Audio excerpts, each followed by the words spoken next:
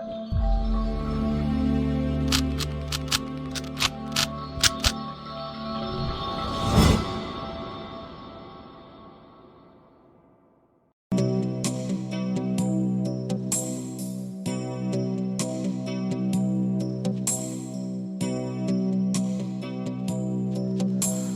हम लोग प्रभु का वचन देखेंगे। मेरे साथ निकाल लीजिए प्रेरितों के काम, उसका 4 अध्याय 32 वचन से।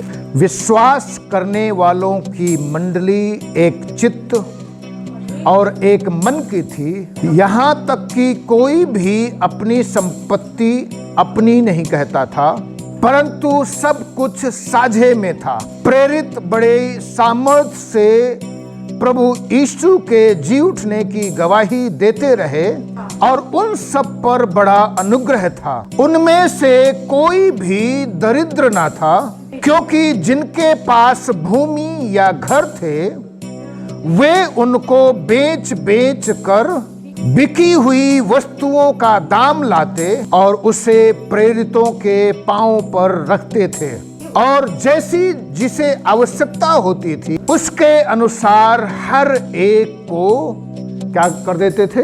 बांट देते थे। प्रभु इस वचन के द्वारा आशीष दे। तो जो मैं आपके साथ बातचीत करना चाहता हूं, टॉपिक मेरा है कैरेक्टरिस्टिक ऑफ अर्ली चर्च, अर्थात प्राचीन कलीसिया के गुण, व्यवहार, या वो लोग क्या करते थे। जो आदि कलीसिया थी, जो प्राचीन कलीसिया थी, उसका गुण क्या था, वो उसका व्यवहार क्या था, उसका चरित्र क्या था। मेरे प्रियो, ये हमारे लिए आधार है, बेसिस है। क्या जब हम अन्य कलीसियाओं को देखते हैं जो इस समय वर्तमान में है, क्या वो एक ऐसी आदर्श कलीसिया के रूप में जानी जाती है? कोई भी कलीसिया जो इस समय मौजूद है, क्या कोई भी कलीसिया आदर्श कलीसिया कहलाने के योग्य है? क्या हम किसी भी कलीसिया को कह सकते हैं कि यह आदर्श कलीसिया है? इस दुनिया में बहुत सारी कलीसियाएं हैं मेरे प्रियो, और हर एक की अपनी अलग अलग शिक्षाएं हैं। तो क्या वो सब कलीसियाएं कह सकती हैं अपने आप में कि वो एक आदर्श कलीसिया है? यहां तक कि हम जो FGAG चर्च चंदौसी के लोग हैं, क्या हम कह सकते हैं FGAG चर्च के लोग कि हम एक आदर्श कलीसिया हैं? हम में कोई कमी नहीं है, हम परफेक्ट हैं। अगर हम कहें, उत्तर दें, तो कह सकते हैं कि हम अभी कोई भी आदर्श कलीसिया नहीं है। हम सब जितनी भी कलीसियाएं हैं, उस अपनी प्राचीन कलीसिया से सीखना है और बहुत सारी चीजों को सीखना है और समझना है, और अपने उसी प्राचीन कलीसिया में लौट करके जाना है, उसी प्राचीन कलीसिया के समान बनना है, क्योंकि वो कलीसिया एक आदर्श कलीसिया थी। आदर्श कलीसिया मतलब एक ऐसी कलीसिया जिसका हम फॉलो कर सकते हैं, या जिसका हम अनुसरण कर सकते हैं, या जिसका हम अनुकरण कर सकते हैं, जिससे हम सीख सकते हैं और उसके अनुसार चलने के लिए हम वो कर सकते हैं। वो है आदर्श कलीसिया। तो जब हम इस कलीसिया के विषय में देखते हैं, इस समय ये कलीसिया एक बड़े खतरे से होकर के गुजर रही है। हम इसकी बैकग्राउंड के विषय में थोड़ा सा चर्चा करेंगे। पृष्ठभूमि, ये कलीसिया इस समय एक बड़े सताव से होकर के गुजर रही है, एक बड़ी परेशानी से होकर के गुजर रही है। इनके पास्टर और पास्टर लोग जो है सताए जाते हैं, धमकियां दी जाती हैं इन पास्टरों को, इनको कारागार में डाल दिया जाता है, इनको जेल में डाल दिया जाता है। जब आप 4 अध्याय को पढ़ेंगे पहले वचन से, तो 3 वचन बताता है, उन्होंने उन्हें पकड़कर दूसरे दिन तक हवालात में रखा। हवालात तो ताकि अगले दिन उन लोगों को फिर से बुलाए। और जब ये हवालात में रखा, दूसरे दिन उन लोगों को बुलाया और जब बुला करके उनसे बातचीत की, उन्होंने स्पष्ट बोल दिया कि हमारे लिए जो अच्छा है, बेहतर यह है कि जो कुछ हमने देखा है और जो कुछ हमने सुना है उसको ही बताएंगे। हमें हमारे लिए मनुष्यों की आज्ञाओं से बढ़कर के क्या है, परमेश्वर की आज्ञा मानना ज्यादा महत्वपूर्ण है। तो ये एक ऐसी कलीसिया थी जो सताव के बीच में भी मजबूती के साथ खड़ी रहने वाली कलीसिया हम कह सकते हैं। हालेलुया। और लिखा है, जब आप पढ़ेंगे 4 अध्याय का 21 वचन, तब उन्होंने उनको और धमकाकर छोड़ दिया। तो उनको धमकी दी जा रही थी, सताया जा रहा था। और फिर जब आप 23 वचन को पढ़ेंगे, वे छूटकर अपने साथियों के पास आए और जो कुछ प्रधान याजकों और पुरनियों ने उनसे कहा था उनको सुना दिया। तो जब ये पतरस और यूहन्ना और प्रेरित लोग आए अपने और विश्वासी भाई बहनों को के साथ, कितने लोग जुड़ चुके थे अभी तक? 120 तो वो थे जो अटारी उपरौठी कोठरी में जो है अटारी में बैठे हुए थे। पहले जो है कच्चे मकान होते थे, तो कच्चे मकान के बीच में जो है वो लकड़ियां डाल देते थे और उसको थोड़ा ऊपर ऊंचा उठा देते थे, हैं? तो वो जो है पहला मंजिला बन जाता था। अटारी है, अटरिया जो है पहला मंजिला बन जाता था। तो ये उपरौठी कोठरी में अटारी में जो है ये लोग बैठे थे और उसी समय वो लोग पवित्र आत्मा से भर गए। और जब उन 120 लोगों ने सुसमाचार सुनाया तो 3000 लोगों ने यीशु मसीह को ग्रहण किया। और अब तक लगभग 3000 वो लोग थे। इन सब विश्वासियों के बीच में आकर के इन्होंने बताया और सारे विश्वासी लोगों ने प्रार्थना के लिए प्रार्थना में अपनी आवाज को उठाई। और जब ये लोग प्रार्थना कर रहे थे तो लिखा है 31 वचन में, जब वे प्रार्थना कर चुके तो वो स्थान जहां पर वे इकट्ठे थे हिल गया और वे सब पवित्र आत्मा से परिपूर्ण हो गए। हालेलुया। इसको कुछ लोग कहते हैं दूसरा पेंतिकोस्त। पहले का पेंतिकोस्त जब वो अटारी में थे और वो लोग पवित्र आत्मा, वो लोग प्रार्थना कर रहे थे और पवित्र आत्मा आया और वो सब लोग पवित्र आत्मा से भर गए और जिसे परमेश्वर ने बोलने की सामर्थ्य दी, वो अन्य भाषा बोलने लगे। और यहां पर अब जो घटना घटती है वो सब लोग पवित्र आत्मा से भर गए और जिस जगह में वो लोग थे वो स्थान हिल गया। हालेलुया। एक बड़ा भूकंप, हम दूसरे शब्दों में स्थान हिल जाएगा तो क्या उसको क्या कहते हैं? एक बड़ा भूकंप आ गया। Hallelujah, hallelujah. आजकल जो है कोई स्थान नहीं हिलता है। विश्वासी लोग आराधना के लिए आते हैं, इकट्ठा होते हैं और ताली बजाते हैं। तो मेरी ताली की आवाज़ आ रही है आपके पास? ऐसी तालियां बजाते हैं मानो जो है बतासा फूट रहा है, नुकसान हो जाएगा, बतासा फूट जाएगा। तो आवाज़ जो है गले से ऊपर नहीं आती है। जब हम इकट्ठा होते हैं तो बहुत बातचीत करते हैं, लेकिन जब हम आराधना के लिए इकट्ठा होते हैं तो हमारी आवाज़ ही नहीं निकलती है। वो लोग आराधना करने वाले लोग थे। Hallelujah, hallelujah. जब वो लोग आराधना करने वाले लोग, आराधना करने से परमेश्वर ने कैसे अद्भुत कार्य किए, मैं आपको रिजल्ट बता दूं। जो कलीसिया उस समय थी, उसके व्यवहार से, उसके कामों से रिजल्ट क्या थे। वो लोग बोल्ड थे, अर्थात परमेश्वर ने उन्हें साहस से भर दिया था, हिम्मत और साहस से भर दिया। दूसरी चीज, चिन्ह और चमत्कार, जब वो गवाही देते थे तो चिन्ह और चमत्कार उनके द्वारा होते थे। और परमेश्वर का विशेष अनुग्रह पूरे विश्वासियों के साथ था, तीसरा। और चौथा, उनमें कोई भी क्या नहीं था, दरिद्र नहीं था। दरिद्र तो आप समझते हैं, एक व्यक्ति गरीब है लेकिन तब भी वो मेंटली स्ट्रांग है और वो हार नहीं मानता है, आगे बढ़ता है। एक समय जरूर आता है उसके।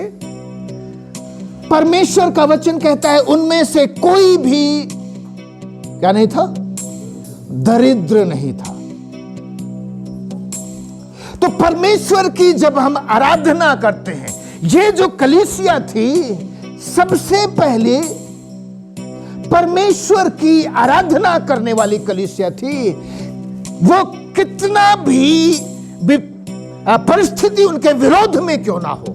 मेरे प्रियो, ये असेंबलीज ऑफ गॉड की कलीसिया ही नहीं है। इस समय जब हम अपने चारों ओर को देखते हैं, हालात बेहतर नहीं है, परंतु हालात धीरे धीरे और भी बदतर होते जा रहे हैं। कई परमेश्वर के भक्त सताए जाते हैं, झूठा आरोप लगा करके उन्हें जेल में डाल दिया जाता है। कई परमेश्वर के भक्त लोगों को परेशान किया जाता है, कई परमेश्वर के भक्तों को पीटा भी गया है। ऐसी स्थिति में परमेश्वर FGAG चर्च से क्या चाहता है? परमेश्वर चाहता है FGAG चर्च भी एक आराधना करने वाली कलीसिया बनकर के खड़ी हो। हालेलुया। पवित्र आत्मा से भर जाने वाली कलीसिया बनकर के खड़ी हो। इसके विश्वासी लोग, परमेश्वर चाहता है कि हर एक विश्वासी पवित्र आत्मा से भर जाए, पवित्र आत्मा से भर करके ओ परमेश्वर का कार्य कर सके, हिम्मत और हियाव के साथ आगे बढ़े। और परमेश्वर का वचन बताता है वो हमें जय के उत्सव में लेकर के चलने वाला परमेश्वर है। हालेलुया। यीशु मसीह ने कहा मैं अपनी कलीसिया इस पत्थर पर स्थापित करूंगा और अधोलोक के फाटक इस पर प्रबल नहीं होंगे। मेरे प्रियो, जो कलीसिया यीशु मसीह ने स्थापित किया है उसको कभी भी कोई नहीं मिटा सकता है। इस कलीसिया को मिटाने के लिए भूतकाल में कितने लोग आए, कितने राजा महाराजा उठ करके खड़े हुए, कलीसियाओं को मिटाने देने की कोशिश की। साउल जो कलीसियाओं को मिटाने के लिए थी, एक स्थान से दूसरी स्थान जाता था। परमेश्वर का वचन बताता है कलीसियाएं बढ़ती गई, कलीसियाएं उन्नति करती गई, कलीसियाएं गिनती में बढ़ती गई। कलीसिया कभी भी मिठाई नहीं जा सकी। हालेलुया। और ना ही ये विरोधी ताकतें कितना भी क्यों ना हो, कितनी भी उठ करके खड़ी क्यों ना हो, यीशु मसीह मुर्दों में से जी उठने वाला परमेश्वर है। यीशु मसीह मुर्दों में से जी उठने वाला परमेश्वर है। वो हमारा एक ऐसा कप्तान है जो मुर्दों में से जी उठने वाला है। वो आगे बढ़ने वाला है, पीछे नहीं, बैक होने वाला नहीं है, परंतु आगे ही बढ़ने वाला है। और उसने शैतान को निकम्मा किया, शैतान के सिर को कुचला और उसने विजय हासिल की, जीत हासिल की। हालेलुया। परमेश्वर चाहता है ये कलीसिया आराधना करने वाली कलीसिया बन जाए। हालेलुया। प्राचीन कलीसिया थी वो, उसमें से ये एक मुख्य गुण था मैग्नीफाइंग चर्च। ये प्रभु के नाम को महिमा देने वाली कलीसिया थी, परमेश्वर की आराधना करने वाली कलीसिया थी। और दूसरी, ये कलीसिया कैसी कलीसिया थी? Unifying church. यूनिफाइंग को मैंने जो है दूसरा शब्द दिया है वो है, ये चर्च संगति रखने वाली कलीसिया थी, सहभागिता रखने वाली कलीसिया थी। मेरे प्रियो, ये जब हम देखते हैं संगति रखने के विषय में, क्या हमारी कलीसिया और जो कलीसिया के विश्वासी हैं, क्या हमारे अंदर एक भूख रहती है, क्या प्यास रहती है कि रविवार आ रहा है और हमें चर्च जाना है? देखिए, ये कलीसिया जो है मेरे प्रियो, हम लोग तो 7 दिन में इकट्ठा होते हैं, लेकिन ये कलीसिया इतना इंतजार करने वाली कलीसिया नहीं थी। लिखा है प्रतिदिन इकट्ठे होते थे लोग। 2 अध्याय का पढ़े हम 46 वचन। वे प्रतिदिन एक मन होकर के मंदिर में इकट्ठा होते थे। तो ये जो कलीसिया थी, प्रतिदिन हमारी जो कलीसिया है, 7 दिन में तो हम लोग इकट्ठा होते हैं, और कभी उपवास के लिए, उपवास प्रार्थना में समय व्यतीत कर लिया तो उसमें भी हम इकट्ठा नहीं हो पा रहे हैं। और वो भी, ये लोग तो एक साथ इकट्ठा होते थे। लिखा है मंदिर में, सुलेमान के मंदिर के ओसारे में इकट्ठा होते थे। हम लोग जो है जूम से भी नहीं जुड़ सकते हैं, जुड़ पाते हैं। काम इतना महत्वपूर्ण हो गया है हमारे लिए। दर्शन से ये नहीं मैं बोल रहा हूं कि काम मत करिए, लेकिन अगर हम टाइम का मैनेजमेंट कर सकते हैं तो कितनी अच्छी बात होगी। कई लोग जो है जानबूझ करके नहीं जुड़ते हैं और बहाना बना देते हैं कि समय नहीं मिल रहा। हम लोग कितना पीछे हैं इकट्ठा होने से संबंधित चीजों में। और सिर्फ ये लोग इकट्ठा ही नहीं, ये लोग फेलोशिप रखते थे। ये विश्वासियों के साथ फेलोशिप रखने के लिए और जीवित परमेश्वर के साथ भी संगति रखने के लिए इनके अंदर एक ललक रहती थी, एक भूख रहती थी, एक प्यास रहती थी मेरे प्रियो। क्योंकि प्रभु का वचन बताता है, जहां पर 2 या 3 मेरे नाम से इकट्ठा होते हैं उनके बीच में मैं। हालेलुया। तो जब ये विश्वासी लोग इकट्ठा होते थे, परमेश्वर का पुत्र यीशु मसीह उनके बीच में आकर के मौजूद हो जाता था। भजन संहिता में लिखा है, वो परमेश्वर इस्राएल की स्तुति पर विराजमान प्रभु है। तो जब हम लोग विश्वासी लोग एक जगह इकट्ठा होते हैं, उसकी आराधना के लिए इकट्ठा होते हैं, तो यीशु मसीह हमारे बीच में आकर के अपना सिंहासन लगा लेता है। हालेलुया। दाऊद कहता है भजन संहिता 42 में, अगर आप लोग पढ़ेंगे, पहले वचन से पढ़ लीजिए, वहां पर लिखा है, जैसे हिरनी जल के लिए हाफती है, वैसे ही हे परमेश्वर मैं तेरे लिए। जैसे हिरनी एक जल के लिए हाफती है जी, प्यास के कारण। हिरनी जल के लिए हाफने का मतलब ये नहीं है। ये जब भजन लिखता है दाऊद, उसको अच्छे से पता है, क्योंकि रेगिस्तान साउथ में है। रेगिस्तान में जब जानवर पानी के लिए दौड़ते हैं, हांफते हैं, तो जैसे एक हिरनी जल के लिए हांफती है प्यास के कारण, तड़प के कारण, वैसे ही वो अपनी तुलना कर रहा है कि प्रभु मैं तेरे लिए हांफता हूं। हालेलुया। क्या हम यीशु मसीह की संगति करने के लिए और अपने विश्वासी भाई बहनों के साथ संगति करने के लिए हमारे अंदर भूख और प्यास रहती है? दुख के साथ कहना पड़ता है, बहुत सारे विश्वासी लोगों के पास नहीं है। कई विश्वासी लोग और कई चर्चेस में तो यहाँ तक के हैं, वो लोग जो है ईस्टर में आते हैं कुछ लोग, और कुछ लोग क्रिसमस में आते हैं। साल में 2 बार चर्च जाने वाले लोग हैं। मेरे प्रियो, हम कहां पर क्या कर रहे हैं? तो ये कलीसिया एक साथ, एक दूसरे के साथ संगति रखने वाली कलीसिया थी। ये जो विश्वासी लोग थे ये चर्च के, दूसरा है सेल्फलेस, स्वार्थी नहीं थे। स्वार्थ से ऊपर उठ करके वो लोग एक दूसरे की चिंता करने वाले लोग थे। और इसीलिए चूंकि ये लोग यरूशलेम में थे, यरूशलेम में बाहर से बहुत सारे विश्वासी लोग आते थे। तो जब बाहर से विश्वासी लोग आते थे तो उनके लिए खाने का भी इंतजाम ये विश्वासी लोग ही करते थे। हालेलुया। उनके खाने का भी इंतजाम कौन करता था? ये विश्वासी लोग करते थे। कोई भी जाता था और खाना खा करके चला जाता था। और उसके लिए जो फंड था वो कौन जो जुटाता था? वो भी विश्वासी लोग जुटाते थे।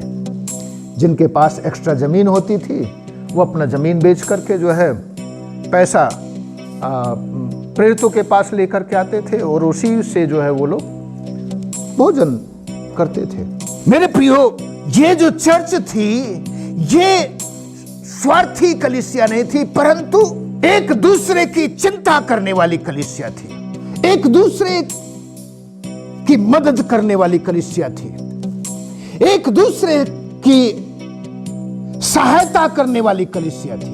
और तीसरी चीज, ये कलीसिया, this church was multiplying church. ये कलीसिया बढ़ने वाली कलीसिया थी। नए नए लोग प्रभु के पास आते थे, नए नए लोग प्रभु में मिलते थे। और किस लिए, किस कारण? उस समय के पास्टर्स लोगों के कारण नहीं, परंतु उस समय के विश्वासियों के कारण। क्योंकि विश्वासी लोग जहां भी जाते थे वो लोग यीशु मसीह का शुभ संदेश लेकर के जाते थे और शुभ संदेश सुनाते थे, और लोग जो विश्वास करते थे वो विश्वास करने वालों की मंडली में मिल जाते थे। हालेलुया। वो चर्च मल्टीप्लाइंग चर्च थी, विकसित कलीसिया थी, उन्नति करने वाली कलीसिया थी। लेकिन आज वर्तमान की कलीसिया के हाल क्या है? वो जितने हैं उतने ही सिकुड़ करके रह गए हैं। क्योंकि हम लोगों का जीवन ऐसा नहीं है कि नया विश्वासी जो है यीशु मसीह के पास आए। मैं ये नहीं बोल रहा हूं कि आप सुसमाचार नहीं सुनाते होंगे, आप सुसमाचार सुनाते होंगे, लेकिन कोई आता ही नहीं नया। मतलब कोई आपकी गवाही को स्वीकार करता ही नहीं, मानता ही नहीं। क्यों? क्योंकि आपकी गवाही जो है प्रभावी नहीं है। आप जो जीवन जी रहे हैं वो दूसरों पर उसका प्रभाव नहीं पड़ रहा है, इफेक्ट नहीं पड़ रहा है। मेरे प्रियो, कभी देखा है आप लोगों ने, हम जो विश्वासी लोग हैं, हमारा चित्रण यीशु मसीह ने कैसे किया है? भेड़ों के रूप में है। हमारा चित्रण कैसा किया है यीशु मसीह ने? भेड़ों के रूप में। हम भेड़े हैं और यीशु मसीह क्या है? हमारा चरवाहा है। तो पास्टर का मतलब क्या है? पास्टर का भी मतलब चरवाहा ही होता है। पास्टर मतलब चरवाहा, ठीक है। तो अब आप समझ सकते हैं, क्या भेड़ों के जो बच्चे हैं उनको जन्म चरवाहा देता है या भेड़ ही देती है? कौन जन्म देता है? भेड़ों के बच्चे मतलब मेमने को जन्म कौन देता है? भेड़ देती है। चरवाहा तो जन्म नहीं देता है। चरवाहा क्या करता है?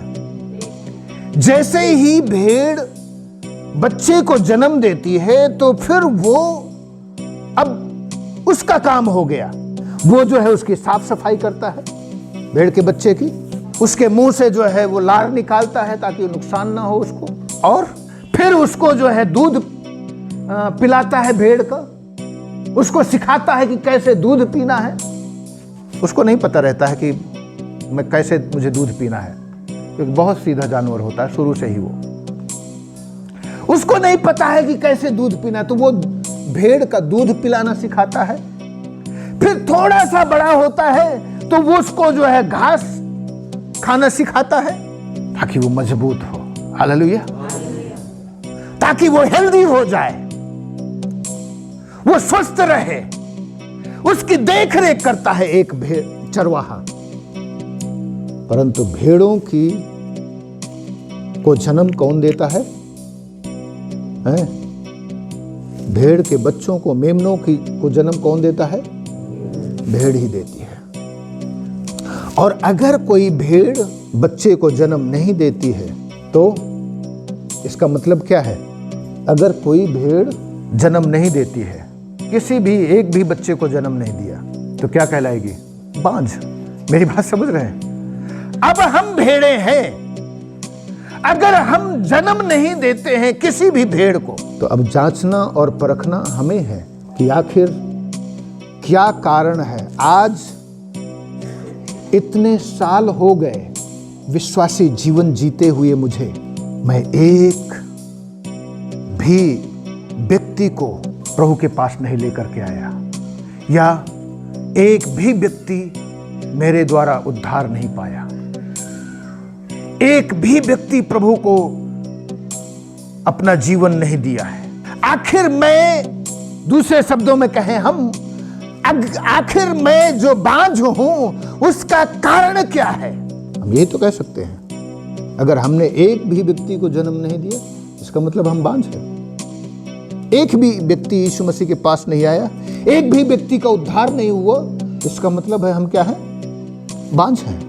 हम में बच्चा पैदा करने की क्षमता नहीं है। और उसका कारण क्या है? वो कोई और तीसरा आकर के नहीं बताएगा, आदमी खुद ही जानता है। तो आत्मिक रूप से भी हम देख सकते हैं, वो कोई और नहीं आकर के बताएगा, परंतु हमें खुद ढूंढ ढांड करनी है, प्रार्थना करनी है कि परमेश्वर क्या कारण है कि एक भी व्यक्ति मेरे द्वारा तेरे पास नहीं आया है। उसका कारण क्या है? जो भी कमियां हैं मुझ में उसको बता प्रभु। और जब हम रीजन ढूंढना शुरू करते हैं मेरे प्रियो, पर पवित्र आत्मा बताना शुरू कर देगा। हालेलुया। पवित्र आत्मा हमें बताना शुरू कर देगा। मेरे प्रियो, इस संसार में आप लोगों के बीच में भले ही कितना भी अच्छा जीवन जी लो, लोग आपको मसीही कहना शुरू कर देंगे, लोग आपको क्रिश्चियन बोलना शुरू कर देंगे। इतना काफी नहीं है। यीशु मसीह का वचन कहता है, दिखाने के लिए कोई भी काम मत करो, क्योंकि स्वर्गीय पिता की ओर से तुम्हें कुछ भी नहीं मिलने वाला है। तो मेरे प्रियो, हमें देखना है ये जो कलीसिया थी, ये मल्टीप्लाइंग चर्च, ये बढ़ने वाली कलीसिया थी। नए नए लोग प्रभु के पास आकर के जुड़ते थे, कलीसिया में मिलते थे, और उसके लिए हर एक विश्वासी प्रभु का गवाह था। हमें जांचना होगा, परखना होगा। ये कलीसिया पहली परमेश्वर की आराधना करने वाली कलीसिया थी, परमेश्वर के नाम को ऊंचा उठाने वाली कलीसिया थी, यीशु मसीह की आराधना करने वाली कलीसिया थी, यीशु मसीह को महिमा देने वाली कलीसिया थी। और दूसरा, ये कलीसिया एकता में होकर के सहभागिता करने वाली कलीसिया थी। ये लोग एक मन एक चित्त के रहने वाले लोग थे। ये लोग एक दूसरे के साथ सहभागिता रखते थे, स्वार्थी नहीं थे। ये लोग एक दूसरे की चिंता करने वाली कलीसिया थी ये। और ये कलीसिया मल्टीप्लाइंग अर्थात उन्नति करने वाली कलीसिया थी, बढ़ने वाली कलीसिया थी। दिन प्रतिदिन लोगों की संख्या बढ़ती जाती थी, नए नए लोग कलीसिया में आकर के मिलते थे और उद्धार पाते थे। हालेलुया। आइए हम लोगों को अपने कलीसिया की ओर लौट करके जाना है, प्राचीन कलीसिया की ओर, ताकि हम लोग भी परमेश्वर की आशीषों को जीवन में देखने पाएं।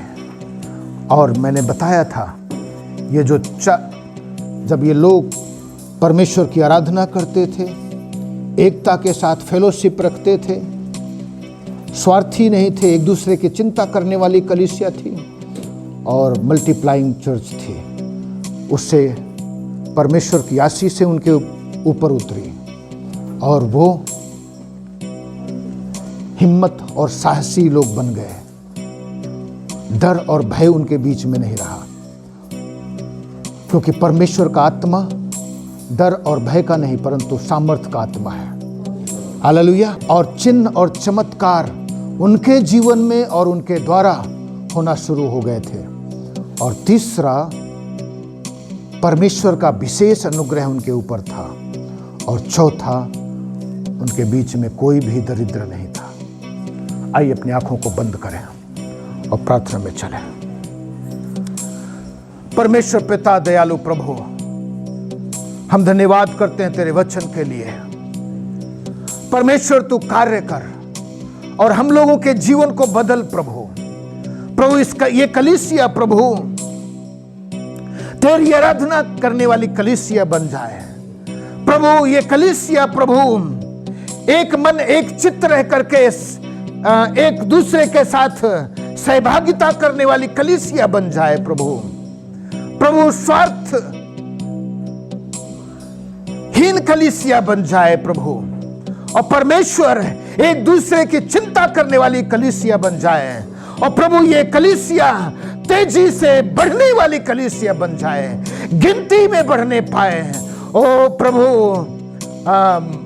परमेश्वर तू कार्य कर, हर एक को आशीष दे प्रभु। मैं प्रार्थना करता हूं जो लोग हमारे बीच में हैं और बीमार है, परमेश्वर अपना हाथ बढ़ा दे और हर एक के जीवन में चमत्कार के कार्य कर और आश्चर्य के काम कर और बीमारों को छू करके चंगा कर दे। तू आश्चर्य कर्म कर। धन्यवाद करते तूने प्रार्थना को सुना है। यीशु के नाम से इस विनती प्रार्थना को मांगते हैं, आमीन। अब हमारे परमेश्वर पिता का प्यार, उसके पुत्र और हमारे उद्धारकर्ता मसीह यीशु का अनुग्रह और पवित्र आत्मा की सहभागिता हम सब विश्वासियों के साथ और इस दुनिया के तमाम विश्वासियों के साथ अब से लेकर के आपके दोबारा आगमन तक लगातार होती रहे, आमीन। तो आप सबको आशीष दे, सबको जय मसीह की।